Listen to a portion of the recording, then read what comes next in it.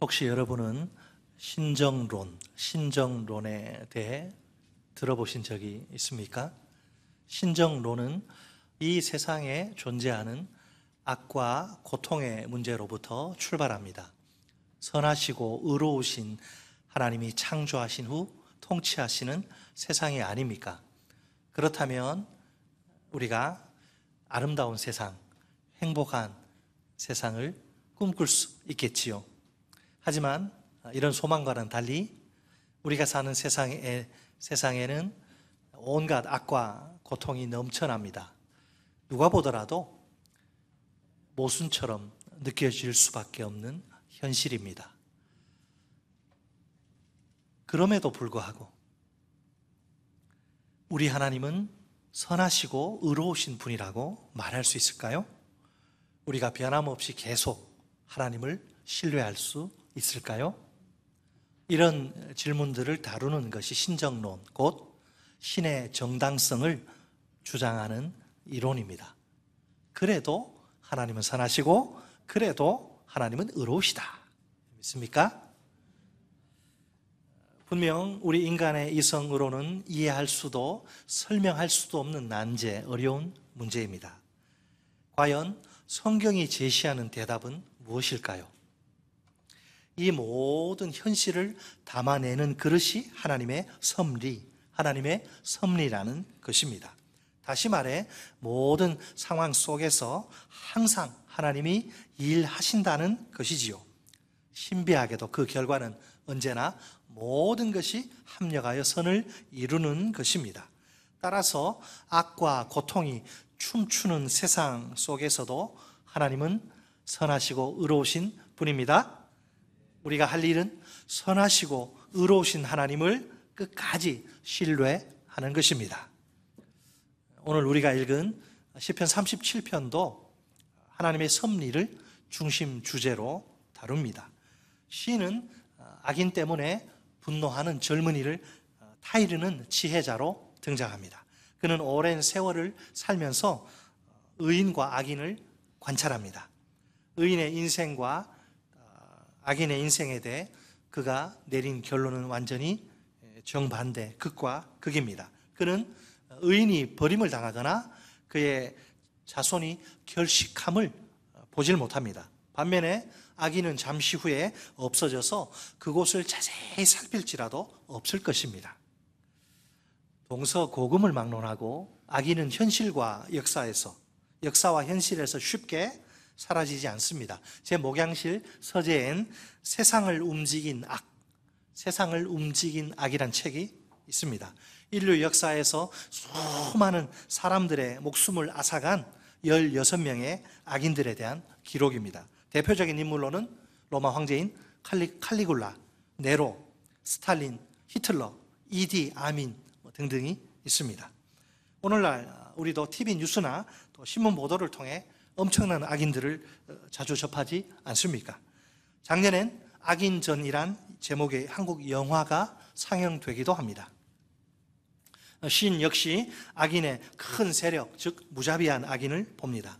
마치 그 본토에 선 푸른 나무의 무성함과 같습니다. 이 땅에서 얼마나 잘 나가는지 몰라요. 잘 먹고 잘 살고 되는 일마다 척척 풀리고 형통한 삶을 사는 거예요. 악인들이. 많은 사람들이 부러워할 만한 그런 인생입니다. 이처럼 악인이 형통한 세상에서 시인은 일평생 줄곧 악의 문제와 씨름을 합니다. 악인의 인생을 마지막까지 자세히 주의 깊게 살펴봅니다. 마침내 시인은 한 가지 결론에 도달합니다. 악인에겐 지금은 잘 나가는 것 같지만 형통한 것 같지만 악인에겐 궁극적으로 미래가 소망이 전혀 없다는 것입니다.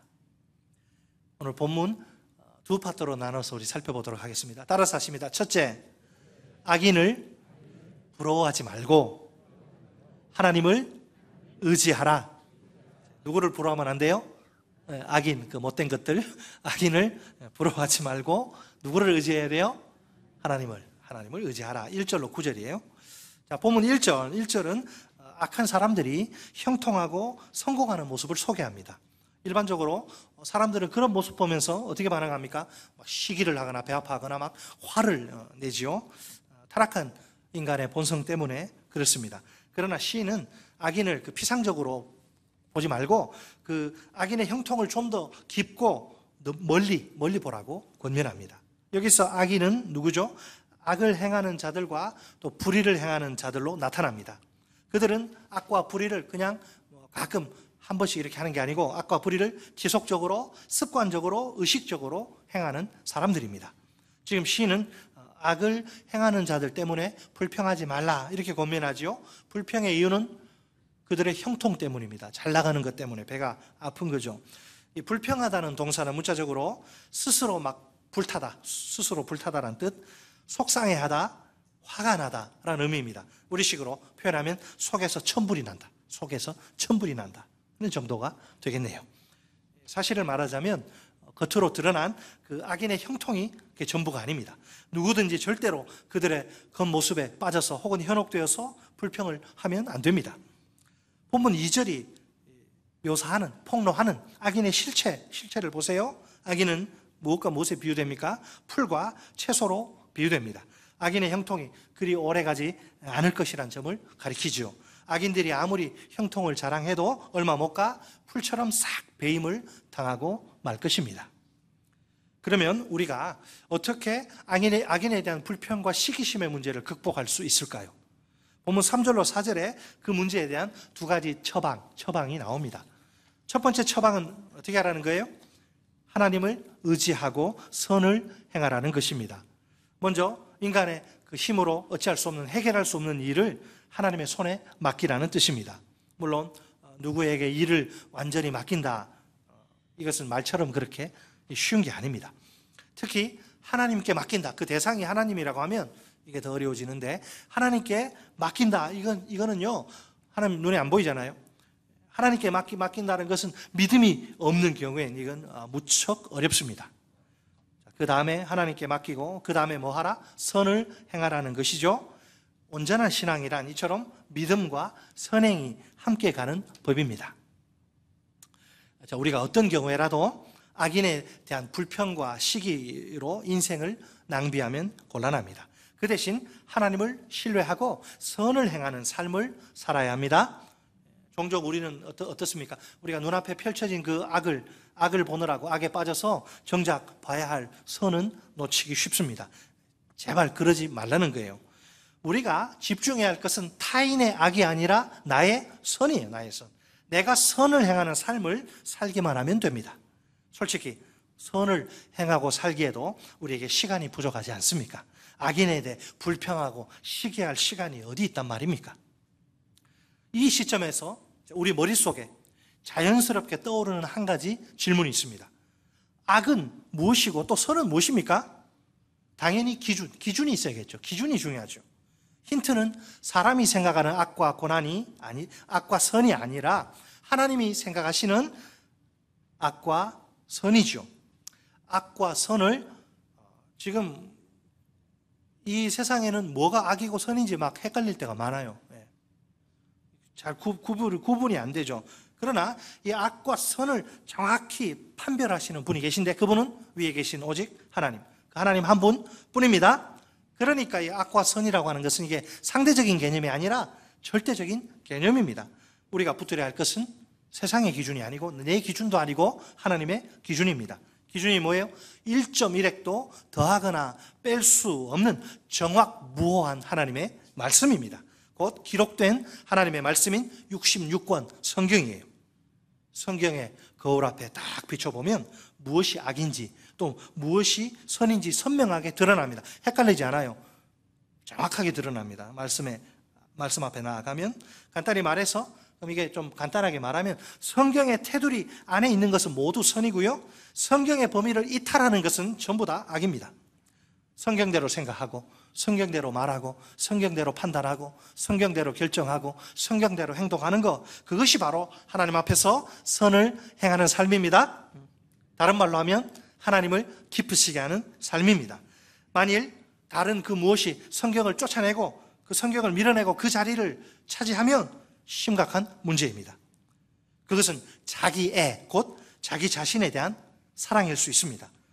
세상에 대한 사랑일 수도 있습니다. 세속적인 인생관이나 가치관일 수도 있습니다. 세상의 학문이나 철학이 될 수도 있습니다. 그러나 성경 이외에 그 어떤 것도 우리 생각과 말과 판단과 결정과 행동을 주장할 수 없습니다. 우리에게 최고의 기준은, 절대 기준은 오직 성경밖에 없습니다. 악인에 대한 불평과 시기심을 극복할 두 번째 처방, 본문 4절에 등장합니다. 4절에 뭐라고 이야기합니까? 여호와를 기뻐하라는 것입니다. 여러분, 우리 한 주 한 주 살아가는 게 쉽지 않은 삶인데 삶 속에서 하나님을 기뻐하십니까? 내 상황, 내 환경이 어렵고 참 답답하고 한숨이 쉬어지는 때가 많은데, 그럼에도 하나님을 생각하면, 하나님 한 분 생각하면 마음에 기쁨이 몰려오세요? 큰일 났다. 자, 여호와를 어떻게 하라? 기뻐하라. 나 기뻐하리. 여호와 앞에서 나 어린아이처럼 저기 다윗은 춤추다 옷이 벗겨지는데 그거 신경 써요. 너무 하나님이 좋으니까 기뻐 덩실덩실 덩덕쿵 춤추다가 바지가 다 내려가 버렸어요. 여러분, 기뻐하다. 여호와를 우리 기뻐합시다. 기뻐하라 이 동사는 아주 부드럽고 달콤하며 맛있으며 그래서 막 즐겁게 먹는 것을 뜻합니다. 악인에 대한 미움은 사실 이게 왜 문제냐? 우리 마음속에 있는 기쁨을 이게 빼앗아갑니다. 악인 때문에 인생을 사는 그 맛이 싹 그냥 사라지는 거죠. 그러나 그렇게 살지 말고 달콤하게 먹고 살라는 뜻입니다. 내용이 뭐예요? 본문에 안 나오지만 뭘 어떻게 달콤하게 먹고 살라는 거예요? 하나님의 은혜를 먹고 살라. 약속의 말씀을 먹고 살라. 은혜를 먹으면, 약속의 말씀을 먹으면 기뻐할 수 있죠? 우리가 여호와를 기뻐하면 그걸로 끝나는 게 아니에요. 여호와를 기뻐하면 하나님이 어떤 은혜를 부어주십니다. 어떤 은혜? 하나님이 우리 마음의 소원을 이루어 주실 것입니다. 소원 성취. 마음의 소원은 그냥 평범한 그런 소원을 말하는 게 아니고 내가 간절히 바라는 가장 깊은 소원, 그것을 말하는 거예요. 그러니까 그런 가장 깊은 소원까지도 하나님이 들어주신다는 것이죠. 기도해서 들어주시기도 하는데 오늘 본문에서는 이게 기뻐하기만 하면 기도 응답을 하나님이 해주시겠다. 기도 응답에, 그러니까 기뻐하라는 것은 기도 응답의 약속인 셈입니다. 우리가 하나님을 기뻐하고 즐거워할 때 기도 응답의 축복을 누리게 될 것입니다. 자, 앞에서 그 하나님을 의지하라고 권면한 시인이 아닙니까? 본문 5절로 6절을 보면 좀 더 이제 그 구체적인 권면을 제시하는데, 내 길을, 여호와를 의지하는 게 뭐냐? 내 길을 여호와께 맡기라는 것이죠. 그 상급은, 그런 삶에는 상급이 있는데 빛과 같을 것이라. 내 길은 넓게 보면 인생 전체를 가리키고요, 좁게 보면 5년, 10년 우리 계획 세우잖아요. 그 계획을 의미합니다. 우리가 인생길을 걸을 때 여러분, 무화과 판자촌은 설계도가 필요 없어요. 그냥 대충 막 지어도 돼요. 그러나 건물이 그죠 좋을수록 아주 설계도 잘해야 되고 복잡하잖아요. 우리가 인생길을 걸을 때 우리가 다 이제 의미 있는 인생을 살기 위해서 나름대로 막 크고 작은 계획을 막 우리가 세우지 않습니까? 그렇다 해도 그 계획은 그 최초의 작성자인 내가 이루는 것이 아닙니다. 내가 아무리 세운다고 해도 그건 내가 이루는 게 아니라 오직 하나님이 이루십니다. 여기 맡기다라는 동사가 중요한데, 이 맡기다는 것은 큰 돌을, 내가 그 돌에 깔려가지고 막 죽을 것 같은데 그 돌을 확 저쪽으로 굴려버리는, 돌을 굴려버린다는 말입니다. 자신의 모든 소원과 문제와 염려를 내가 이렇게 붙들고 있는 게 아니라 하나님께 확 돌 굴리듯이 굴려버리라는 거예요. 더 이상 자기가 막 붙들고 막 끙끙거리고 씨름하지 않는 것이죠. 우리 인생 전체도 마찬가지예요. 여러분, 하나님이 내 인생의 주인이시죠. 그죠? 우리가 살아도 주를 위하여 살고 죽어도 주를 위하여 죽나니 그러므로 사나 죽어나 우리가 다 주의 것이로다. 우리 내 인생의 주인은 내가 아니에요. 내 인생의 주인은 나라고 막 유행가 가수가 옛날에 노래 부르고 막 그랬는데 아니죠. 하나님이 내 인생의 주인이시니까 다 그분께 굴려버리면 됩니다. 다 굴려버리세요. 자식 걱정, 남편 걱정, 어떻게 먹고 사나 걱정 다 하나님께 굴려버리세요. 그분이 알아서 책임지시고 이끄시도록 말입니다. 자꾸 내가 주인 노릇 하려고 하니까 인생이 피곤하고 힘든 거예요. 관건은 이게 믿음이 있어야 가능한 일이라는 것이에요. 여러분, 믿음은 전적인 의탁입니다. 다 주께 맡겨버리는 거예요. 그래서 우리 믿음은 그 총의 그 방아쇠와 같습니다. 여러분, 우리가 그냥 방아쇠 있잖아요. 방아쇠를 그냥 믿음으로 방아쇠를 확 당기면 돼요. 그러면 총알이 나가는 것이 아니고 하나님이 우리보다 앞서서 나가시고 일하십니다. 믿음이 뭐예요? 내가 하나님보다 먼저 앞으로 막 돌격! 그 믿음 아니에요. 하나님이 내 대신 앞서서 행하시도록 나를 그분께 바치는 거예요. 그분을 의지하는 것입니다. 광야 40년 동안 그 사람들이 막 가지 않았어요. 구름기둥, 불기둥이 진행하면 움직이고 딱 멈추면 가고 싶어도 다 멈추는 거예요. 하나님이 그렇게 인도하신 것처럼 우리 인생도 그렇게 인도하시는 줄 믿습니다. 하나님께 다 맡기세요. 그게 믿음이라. 이제 시는 본문 7절에서 본문 1절로 2절의 권면을 다시 한번 반복해요. 우리 7절 같이 읽을까요? 7절 시작. 여호와 앞에 잠잠하고 참고 기다리라. 자기 길이 형통하며 악한 꾀를 이루는 자 때문에 불평하지 말지어다. 아멘. 여호와 앞에 잠잠하라. 지금 무슨 말인가요? 하나님이 임재하시는데 하나님의 임재 앞에서 악인의 형통에 대해 계속 불평하고 투덜대지 말라는 겁니다.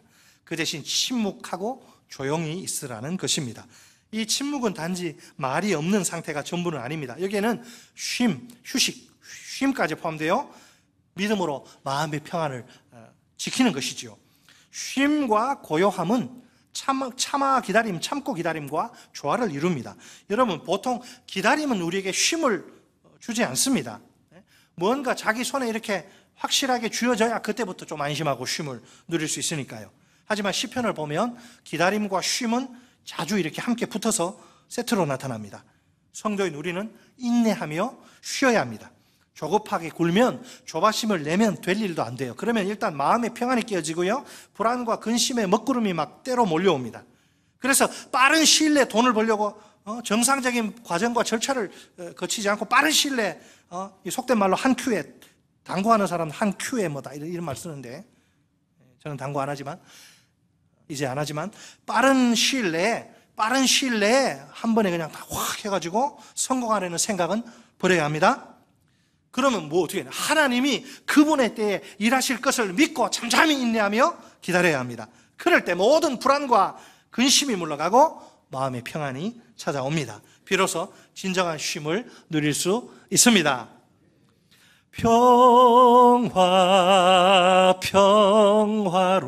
평화로다. 하늘 위에서 내려오네. 그 사랑의 물결이 영원토록 내 영혼을 덮으소서. 이 찬송을 부르실 수 있기 바랍니다. 자, 또한 시인은 이제 본문 8절로 9절에서 본문 1절, 2절의 경고를 또 반복합니다. 9절에 보니까 뭐라 그래요? 진실로 악을 행하는 자들은 끊어질 것이나 여호와를 소망하는 자들은 땅을 차지하리로다. 자, 여기 근데 한 가지 차이가 있는데요. 1, 2절과 적용을 달리한다는 거예요. 악인에 대한 분노가 자신에게 도덕적 위기를 초래한다는 것을 지금 지적합니다. 여기서 흥미로운 점이 하나 있어요. 분노가 악인을 향하고 있다기보다 하나님을 분노가 향하고 있다는 것입니다. 아니, 이게 도대체 어떻게 된 일이란 말입니까? 신이 사는 세상도 우리가 사는 세상 못지않게 참으로 고통스럽습니다. 어찌된 영문인지 이상하게도 악인에게는 고통이 없네요. 안타깝게도 의인에게는 고통이 참 많고요. 이런 이해할 수 없는 상황이 처음에는 이제 악인의 형통에 대해 분노하고 막 불평하다가 이게 이제 그 대상이 초점이 옮겨져서 하나님 어떻게 이럴 수가 있는가? 하나님에 대한 그 분노를 유발하고 맙니다. 아무리 우리 그런 말 하잖아요. 현실이 나를 속일지라도, 아무리 현실이 이렇게 자기를 속인다 해도 분노와 불평은 아무런 유익이 없습니다. 문제 해결에 이게 전혀 도움이 되지 않습니다. 도리어 악을 만들 뿐입니다. 악을 만든다고 이야기하고 있죠. 자 8절, 분을 그치고 노를 버리며 불평하지 말라. 오히려 악을 만들 뿐이라. 8절에 그렇게 되어 있는데, 자, 악을 만든다. 이거는 악에 기울어지게 된다. 이런 의미입니다. 히브리어 단어 딱 2개밖에 없는데, 오직 악을 향한다. 이 뜻이에요. 악인의 형통에 대해서 분노하고 불평하는 것은 어리석은 일입니다. 아무 쓸모없는 일입니다. 한 걸음 더 나아가 이게 위험한 일이기까지 합니다. 그 이유가 무엇일까요? 만약 불평과 분노를 중단하지 않고 분노와 불평을 자꾸 그렇게 쏟아내면 하나님의 섭리를 부인하게 되기 때문입니다. 눈에 보이는 세상 다 하나님의 섭리 가운데 있잖아요. 근데 여기에 대해서 이제 막 불평하고 분노가 왜 이렇게 되느냐 하면 그것은 하나님이 지금도 섭리하시는데 그 섭리를 부인하는 꼴이 되는 것. 그러다가 거기서 끝나면 좋은데 악인과 같은 운명에 처하게 된다는 거죠. 우스꽝스럽게도 악을 제거한답시고 나서다가 악인이 되는 꼴입니다. 겉으로는 의분 같아요. 의로운 분노를 소유한 것 같습니다. 하지만 결국 그는 악인과 똑같은 태도를 취하게 됩니다. 그 역시 악인과 마찬가지로 하나님을 대적하고 하나님께 불순종하게 됩니다. 얼마나 위험천만한 행동이라 말입니까? 분노하고 불평하는 자, 중단하지 않고 계속 그 길로 나아가는 자는 벌써 그렇게 악의 영역으로 늪에 빠져들어가듯이 그렇게 빠져들어가는 것과 다름없습니다. 너무나 대조적인, 그죠? 너무나 대조적인 악인의 운명과 의인의 운명이 9절에 진실로 악을 행하는 자들 어떻게 해요? 다 끊어질 것이지만 여호와를 소망하는 자들은 땅을 차지하리로다. 아멘. 악을 행하는 자, 다 망하게 될 사람들인데 망하게 될 악한 자와 땅을 차지하게 될 경건한 자 사이의 대조입니다.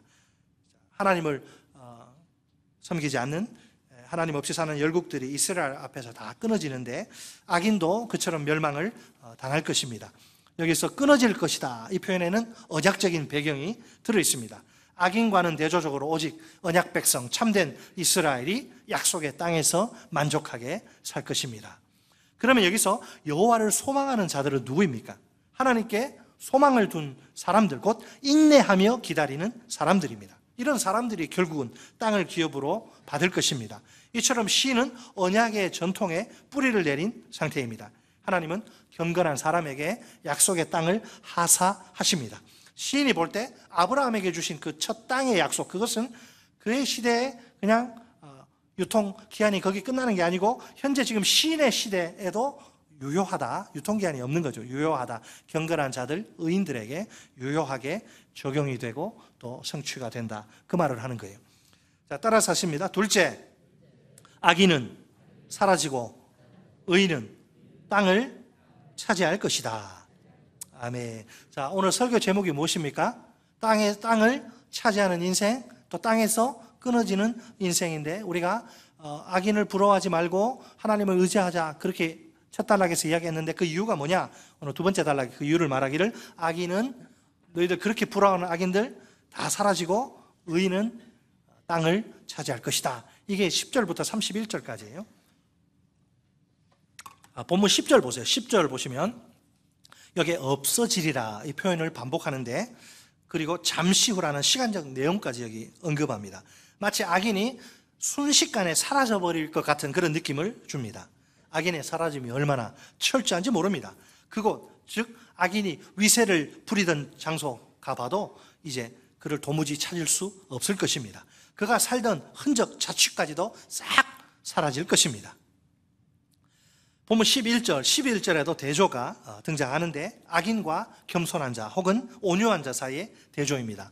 이 시편에서 온유한 자는 다양한 모습으로 나타나지요. 하나님을 기다리는 자, 가난하고 궁핍한 자, 정직한 자, 의인, 완전한 자, 올바른 자입니다. 결국 악인은 사라지고 온유한 자가, 의인이 땅을 차지할 것입니다. 사실은 땅을 정복하고 스스로 힘으로 획득하는 것이 아니고 땅을 선물로, 은혜로, 기업으로 물려받는 것입니다. 이미 그 악인의 그 파국적인 운명이 보면 10절에서 예언적으로 이제 선언된 그런 상황입니다. 그러나 악인이 역사에서 쉽게 사라지느냐? 천만에. 악인은 세상 끝 주님 오실 때까지 활개치죠. 악인이 역사에서 쉽게 사라지지 않을 거예요. 파국적인 그 운명이 예언되어 있다 하더라도 지금은 여전히 사라지지 않고 악인이 살아있는 동안은 변함없이 악을 행하기 마련입니다. 악한 자에게서 악이 나오는 건 당연한 거죠. 본문 12절이 폭로하는 악인의 두 가지 행동을 주목하세요. 두 가지 행동이 뭐예요? 하나는 의인 치기를, 때리기를 꾀하는 것, 곧 악한 더러운 음모를 꾸미는 것입니다. 또 하나는 의인을 향하여 이를 부드득 하는 것입니다. 어떤 모습을 그리시면 되냐면 마치 악인은 마치 맹수가 그 먹이를 삼키려고 으르렁 거리듯 의인을 노리는 중입니다. 의인은 약자이기 때문에, 아무 힘이 없기 때문에 그 아주 무서운 그 악인의 세력의 위협에 무방비로 그냥 노출될 수밖에 없습니다. 뺨을 때리면 뺨을 맞고, 침 뱉으면 침 뱉음 당하고, 발로 차면 차임 당하고, 그냥 당하는 거예요, 의인은. 자, 도대체 그러면 악인들의 결정적인 문제, 지금 오늘 본문이 보여주는 악인들의 결정적인 문제는 무엇입니까? 그들이 뭐 형통한 가운데 잘 사는 게 아니죠. 형통한 게 뭐 문제예요? 그들의 이 부와 형통이 어디서부터 왔느냐, 그 기원의 문제. 그것이 정당하게 땀 흘려서 내가 노동의 대가로 얻은 게 아니고 의인을 착취한 결과라는 거예요. 정당한 방법으로 성취한 부와 형통이 아닌 거예요. 의인은 악인에게 억압을 당하고, 그리고 자신의 의 때문에 위협을 받습니다. 의인의 입장에서는 그렇게 짓밟히는 것이 굉장히 억울한 일이 아닐 수 없습니다. 그럼에도 불구하고 시는 이 상황에서 하나님을 주목하게 만듭니다. 본문 13절에 보면 이 상황, 주님이 다 아시죠? 주님의 조롱이 비웃음이 나옵니다. 주님이 코웃음 치는 거예요. 악인들을 보면서. 주님은 이미 악인의 인생을 처음부터 다 보시고 계세요. 악인에 대해서 모르시는 게 하나도 없습니다. 그의 인생 전체를 샅샅이 다 꿰뚫고 계신다고나 할까요? 주님이 한 가지를 보시죠. 악인의 이제 마지막이 오는 거예요. 악인에게 곧 그의 날이 다가올 것입니다. 틀림없이 오게 될 이날은 그에게 공정한 보응이 쏟아지는 멸망의 시간입니다. 그날은 이미 정해진 상태, 즉 확정된 상태입니다. 대법원 확정 판결 같은 거죠. 취소, 연기, 변경 애초에 불가능합니다. 주님은 악인의 끝날이, 마지막 날이, 최후의 날이 시시각각 착각 다가온다는 사실을 아십니다.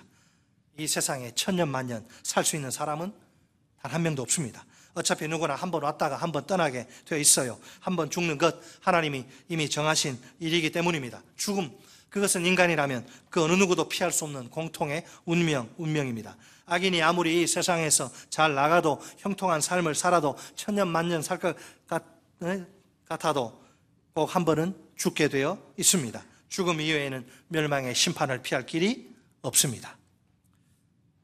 여러분, 악인이 이런 참혹한 운명에 떨어져야 하는 이유가 무엇입니까? 아니땐 굴뚝에 연기 날 리 없지요. 다 그럴 만한 이유가 있는 게 분명합니다. 아니나 다를까 본문 14절로 15절 우리에게 악인의 행동을, 그 악행을 구체적으로 보여줍니다. 14절 15절 우리 같이, 여러분 심심하시죠? 14절 15절 같이 읽습니다. 시작. 악인이 칼을 빼고 활을 당겨 가난하고 궁핍한 자를 엎드러뜨리며 행위가 정직한 자를 죽이고자 하나 그들의 칼은 오히려 그들의 양심을 찌르고 그들의 활은 부러지리로다. 아멘. 자, 악인의 음모가 칼을 빼고 활을 당기는 행동으로 드러나지요. 이 칼과 활은 사람을 상해하는 치명적 무기에 대한 은유예요. 악인이 칼을 빼고 활을 당기다니요, 그 바람에 의인은, 그 대상이 목표인 그 의인은 매우 심각한 생명의 위협을 느낍니다. 이처럼 악인에게는 정직한 자를 죽이려는 명백한 의도, 살 의가 있습니다. 여기서 죽이다 동사는 좀 강한 의미인데요, 짐승을 무자비하게 도살할 때, 도축할 때 사용되는 단어. 무슨 이유로 지금 시인은 악인이 곧 망할 것이라 이런 강력한 확신을 갖고 있습니까? 그 이유가 본문 15절에 등장하지요. 그들의 칼은 오히려 그들의 양심을 찌르고, 의인을 찔러야 되는데 오히려 자기를 찌르고 그들의 활은 부러지리로다. 무슨 말입니까? 이것을 악의 부메랑 효과라 그래요. 악의 부메랑. 여러분 부메랑 아시죠? V자같이 생긴 애들 장난감. 여기서 쫙 던지면 그냥 끝까지 가는 게 아니라 어느 지점에 갔다가 다시 자기한테 오죠. 악의 부메랑 효과. 여러분, 악은 반드시 자기에게로 되돌아오게 되어 있습니다. 세상 사람들도 뭐라 그래요? 남의 눈에 눈물 흘리면 자기 눈에 피눈물 흘린다 그러잖아요. 성경에서도 악의 부메랑 효과, 악이 자기에게 돌아옵니다. 하나님의 그 섭리예요. 악이 의인을 찌르려던 그 칼이 오히려 자신의 가슴을 찔러버려요. 목적 달성에 철저히 실패한 것이죠. 그 활이 부러진다. 이 이미지는 뭐죠? 악인의 음모가 완전히 물거품, 수포로 돌아간 걸 보여줍니다. 결국 칼과 활을 동원한 그들의 음모, 패배로 막을 내립니다. 악인은 자기가 파놓은 함정에 스스로 빠지고 맙니다. 마치 에스더서의 한 장면을 보는 것 같아요.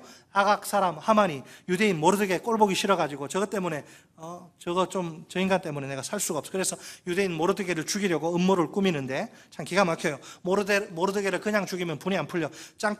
긴 짱대에 매달아서 사람들 다 보도록 그렇게 망신 주고 그렇게 모욕하고 그렇게 죽이고 싶어서 모르드게 매달아 죽이려고 높이가 50규빗 되는 긴 장대를 준비합니다.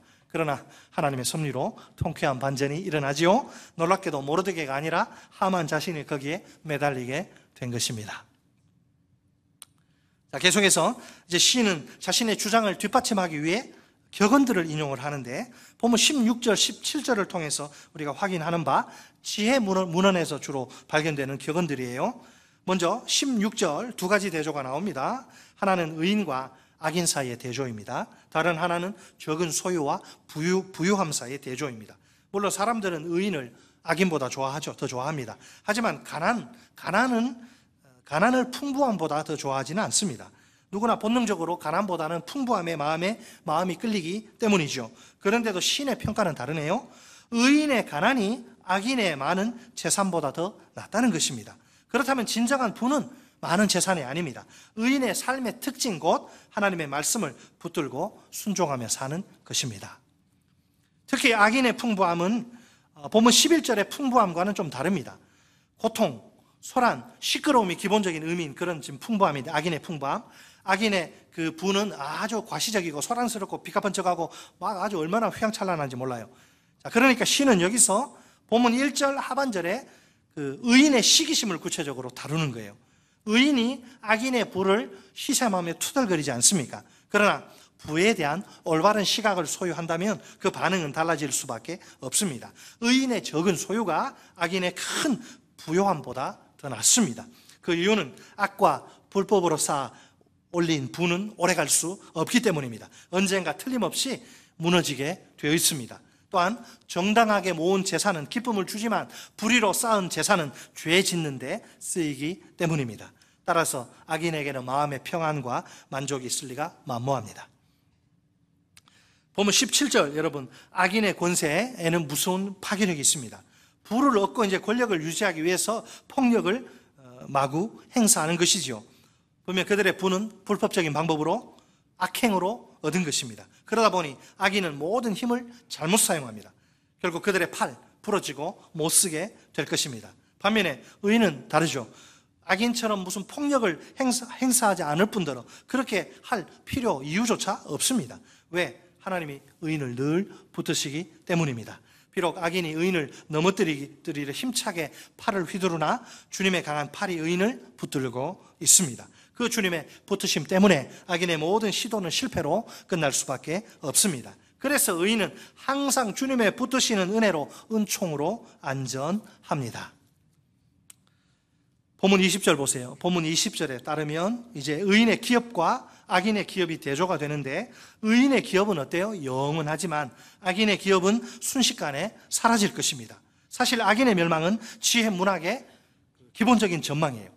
그러나 본문 20절만큼 악인의 멸망을 확실히 묘사한 구절은 찾기 어렵습니다. 우리 20절 같이 읽습니다. 시작. 악인들은 멸망하고 여호와의 원수들은 어린 양의 기름같이 타서 연기가 되어 없어지리로다. 아멘. 자, 원래 악인은 이 시편에서 주님의 원수로 나타납니다. 보통 시편에서 이제 시인들은 자신의 그 원수들에 대해서 언급을 하는데, 주님의 원수들은 딱 한 번 시편 89편 51절에서만 언급합니다. 이 시편에서는 주님의 통치를 의도적으로 거부하고 대항하는 원수들을 언급합니다. 풀은 아름답지만 곧 시들어버리는 것처럼 악인들의 운명도 그와 같을 것입니다. 계속해서 본문 23절로 24절은 악인의 인생과는 너무나 대조적인 의인의 인생을 강조합니다. 의인은 넘어지나 결코 엎드러지지는 않습니다. 자, 의인의 인생이 그 위기의 순간에도 안전하다는 것이죠. 자, 여기에 그런데 약간의 문제가 있습니다. 본문 23절의 번역을 좀 주의 깊게 보시기 바랍니다. 23절, 여호와께서 사람의 걸음을 정하시고 그의 길을 기뻐하시나니. 아멘. 자, 이 번역은 언뜻 숙명론을 연상시키고 또 원문의 의미와도 일치하지 않는 게 좀 문제입니다.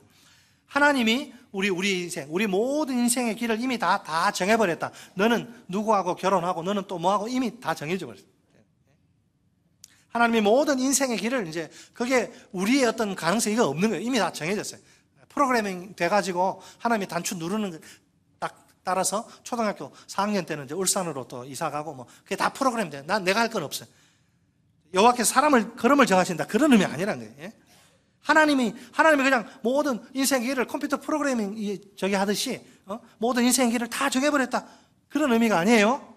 이렇게 오해하시면 곤란합니다. 만약 그런 식으로 어차피 다 결정된 인생이라면 우리가 할 일이 없지 않습니까? 원문의 의미를 좀 더 정확히 살려 번역하면 이렇습니다. 만약 사람의 발걸음이 여호와로부터 나왔다면 그것은 견고할 것이며 주님이 그의 길을 기뻐하실 것이다. 여러분, 우리의 모든 발걸음이 다 여호와께로부터 나옵니까? 자기 욕심으로도 나오고 세상으로도 나오고. 그러니까 만약 사람이 발걸음을 걷는데 그 발걸음이 여호와께서 인정하시는, 여호와께서 기뻐하시는 발걸음이라고 한다면 그것은 견고하다. 주님 붙드시니까 주님이 그 길을 기뻐하신다는 거죠. 여러분, 그러니까 우리의 오늘 발걸음이 어디를 향하느냐, 이게 중요한 거예요. 예? 속도보다 방향이 중요한 거예요. 방향이 빨리 가고 늦게 가고는 별로 중요하지 않아요. 하나님 나라에서 먼저 된 자가 나중되고 나중된 자가 먼저 되는, 그게 하나님의 원리 아닙니까? 우리의 발걸음이 주님의 길로 올바르게 향하는 것이 중요합니다. 그러면 그 길 가면 주님으로 말미암아 내가 견고할 것이에요. 주님은 이런 우리의 삶을 기뻐 받으실 것입니다. 그게 23절의 의미예요. 자, 그런데 24절 보세요. 24절에 보면 이게 갑자기 분위기가 또 확 바뀌어버립니다. 의인이 견고하다 그랬는데 그는 뭐 한다? 24절에 넘어지네요. 아니, 견고한 상태로 있다 그래 놓고 왜 또 넘어지는 게 또 무슨 소리예요? 자, 이게 무슨 말이냐? 주님의 인도하심을 받는 경건한, 그 견고한 사람이라도 가끔 넘어질 수 있다는 말입니다. 죄 지을 수 있고 유혹 가운데 빠질 수 있다는 거죠. 그렇다 해도 완전히 쓰러지지는 않습니다. 왜? 주님이 그를 끝까지 붙들어 주시기 때문입니다. 시험에 빠지고 죄에 빠져도 그냥 아이고 너 이제 안 되겠다, 이게 아니고 그 상황에서 계속 주님의 손은 나를 붙들고 있기 때문에, 여기서 여러분 손을 붙드신다 표현이 상당히 독특합니다. 앞에서는 악인의 팔은 부러지나 의인은 주님이 붙드신다 이렇게 말한 시인이 아닙니까? 악인의 팔이 아무리 억세게 강해도 부러질 수밖에 없어요. 반면에 악인에게 얻어 터지고 막 넘어지는 이런 의인은 주님이 능력의 손으로 붙드십니다. 결국 의인은 그가 하는 모든 일에서 주님의 도우심, 주님의 은혜를 받게 됩니다. 분명 악한 자에게 임하는 재앙과 의인이 당하는 시련의 마지막 모습이 달라요. 마지막 모습이 중요하죠. 현재 눈에 보이는 게 다가 아니에요. 눈에 보이는 걸로 판단하지 마세요. 사람도 그렇게 판단하면 안 되고, 상황도 지금 어려우니까 계속 어렵나, 그렇지 않아요. 사람들이 자꾸 착각하는 게 눈에 보이는 거 전부라 그래요. 뭐 하기사 내일 일을 모르니까 그럴 수도 있겠네요. 어쨌든 분명 악한 자에게 임하는 재앙과 의인이 당하는 시련, 그게 계속 그렇게 가는 게 아니란 말이에요. 마지막 모습이 다르다는 거예요. 자, 의인은 어때요? 역경 가운데 빠질 때 주님이 계속 붙들어 주시고, 그러니까 주님은 의인의 역경 가운데서도 변함없이 그를 위해 일하시는 것입니다. 설사 최악의 상황이 덮친다 할지라도 그는 절대로 버림받지 않습니다. 주님은 우리를 버리지 않습니다. 비록 비틀거리며 넘어질 수는 있어도 완전히 무너질 수는 없습니다. 얼마나 놀라운 우리 주님의 사랑입니까? 자, 그리고 본문 25절로 26절에 의하면 우리 자손들 위해 늘 기도하고 기도를 이렇게 쌓는 게 중요하죠. 의인의 자손은 빌어먹지 않아요. 구걸하지 않고 복을 받습니다. 시인은 지금 목격자 입장에서 자서전을 쓰는 것 같은 그런 어투로 말을 합니다. 본문 25절에 어려서부터 늙기까지 표현은 인생의 한때 두때가 아니라 인생의 모든 기간을 가리킵니다. 공동 번역, 표준 세 번역은 이 표현을 젊어서나 늙어서나 이렇게 번역을 합니다. 시인은 한평생 사는 동안 의인이 버림받은 것을 한 번도 보질 못해요. 뿐만 아니라 그의 후손이 거지가 되어서 집을 잃고 유리방황하는 것도 보지 못합니다. 물론 이런 표현은 과장법일 수 있습니다. 의인이라도 경건한 신자라도 인생 살면서 경제적인 궁핍함에 시달리고 고통당할 수 있어요. 그러나 그것이 끝까지 계속되지는 않습니다. 시인이 강조하고 싶은 게 바로 이것이죠. 끝으로 본문 27절로 29절은 두 가지 놀라운 진리를 선포합니다. 첫째, 주님은 그 어떤 경우에라도 성도인 우리를 버리시지 않습니다. 부모가 버리고 자식이 버리고 세상이 버려도 주님 한 분만은 나를 끝까지 붙드세요. 둘째로, 악인의 자손은 끊어지지만 의인은 땅을 차지할 것입니다. 자, 본문 27절에 나오는 한 가지 권면을 우리 주목합시다. 27절 읽습니다. 시작. 악에서 떠나 선을 행하라. 그리하면 영원히 살리니. 아멘. 악에서는 떠나고 악을 기웃거리면 안 되고 악에서는 확실하게 끊어버리고 떠나고 그 대신 선을 행하라. 여러분, 솔직히 말해서 이 설교의 주제죠. 우리의 모든 삶을 주님이 우리에게 기대하시고 요구하시는 삶이 뭐냐? 이 한마디로 압축될 수 있습니다. 그만큼 27절이 중요한 거예요. 우리는 악한 일을 피하고 선한 일에 힘써야 합니다. 이런 삶에는 한 가지 놀라운 축복이 약속됩니다. 약속의 땅에서 영원히 살게 되리라는 약속 말입니다. 악에서 떠나 선을 행하라. 그리하면 영원히 살리니. 뒤집어 말하면 너희들 영원히 살고 싶으니 그러면 이 조건을 만족시켜라. 악에서 떠나고 선을 행하라. 그래야 영원히 살 수 있다. 28절에 의하면 여러분, 악인의 자손의 운명은 완전히 다릅니다. 그들은 끊어지게 될 것입니다. 참으로 비참한 운명이 아닐 수 없습니다. 시는 29절에서 다시 한 번 더 자신의 핵심 주제를 확인합니다. 29절, 의인이 땅을 차지하며 거기서 영원히 살리로다. 아멘. 여러분 이제 미국 대통령 선거 얼마 남았는데 누가 될지 궁금하시죠? 다들 궁금하시죠? 세계에 끼치는 영향이 막대하니까 모르죠? 어떻게 될지 아무도 모르죠. 여러분, 그렇다 해도 이 세상 모든 사람들과 모든 사건들은 다 하나님의 섭리 가운데 있습니다. 하나님의 섭리를 벗어나서 이루어지는 일 없어요. 아무리 명포수가 저 참새 보니까 이게 아주 살집도 퉁퉁하고 저 잡으면 좀 맛있게 먹겠다 해서 명포수가 쏴도 하나님이 걔 오늘 죽는 날 아니야, 한 1년 더 살아야 돼, 그러면 총알이 빗나가요. 여러분 믿습니까? 다 하나님의 섭리 안에 있습니다. 우리의 불행, 행복 다 이 땅에서 일어나는 모든 일들이 다 주님의 손바닥 안에서 다 일어난다 이 말이에요. 이거를 우리가 믿어야 되고, 그러니까 오늘 본문이 이야기한 이해하기 힘든 악인의 형통, 이해할 수 없죠. 이거 어떻게 이해합니까? 배 아프지. 이해하기 힘든 악인의 형통도 하나님의 섭리란 차원에서 받아들이면 됩니다. 그러니까 믿음이 필요한 거예요. 우리가 어떤 경우에라도 악인을 부러워하지 말아야 합니다. 오늘도 악인의 인생과 의인의 인생을 섭리하시는 하나님을 의지해야 합니다. 하나님의 섭리 때문에 악인의 운명과 의인의 운명은 극과 극으로 나뉠 것입니다. 악인은 땅에서 끊어지게 될 것입니다. 하나님의 저주를 받아 그분과 아무 상관없는 비참한 신세가 되는 것이지요. 반면에 의인은 땅을 차지하게 될 것입니다. 하나님의 축복을 누리며 행복한 인생을 살게 되는 겁니다. 그러므로 우리가 할 일은 언제나 하나님을 의지하고 선을 행하는 것입니다. 어떻게 이 일을 할 수 있다고요? 그러기 위해선 성경이 우리 인생의 절대 기준이, 생명나무가 절대 기준이 되어야 합니다. 우리가 성경의 사람이 되어야 합니다. 오직 성경으로, 오직 성경대로, 오직 성경을 따라 사는 사람 말입니다. 우리 모두가 이 시간 하나님 앞에서 좀 거룩하게 결단할 수 있기를 바랍니다. 하나님, 제가 오늘부터 성경의 사람이 되겠습니다. 오직 성경으로 살겠습니다. 오직 성경대로 살겠습니다. 오직 성경을 따라 살겠습니다. 성령의 은혜로 저를 붙들어 주옵소서. 부족하고 연약한 제게 힘과 지혜와 능력을 부어 주옵소서. 우리 같이 한번 해볼까요? 오직 성경으로 살겠습니다. 오직 성경대로 살겠습니다. 오직 성경을 따라 살겠습니다. 아멘.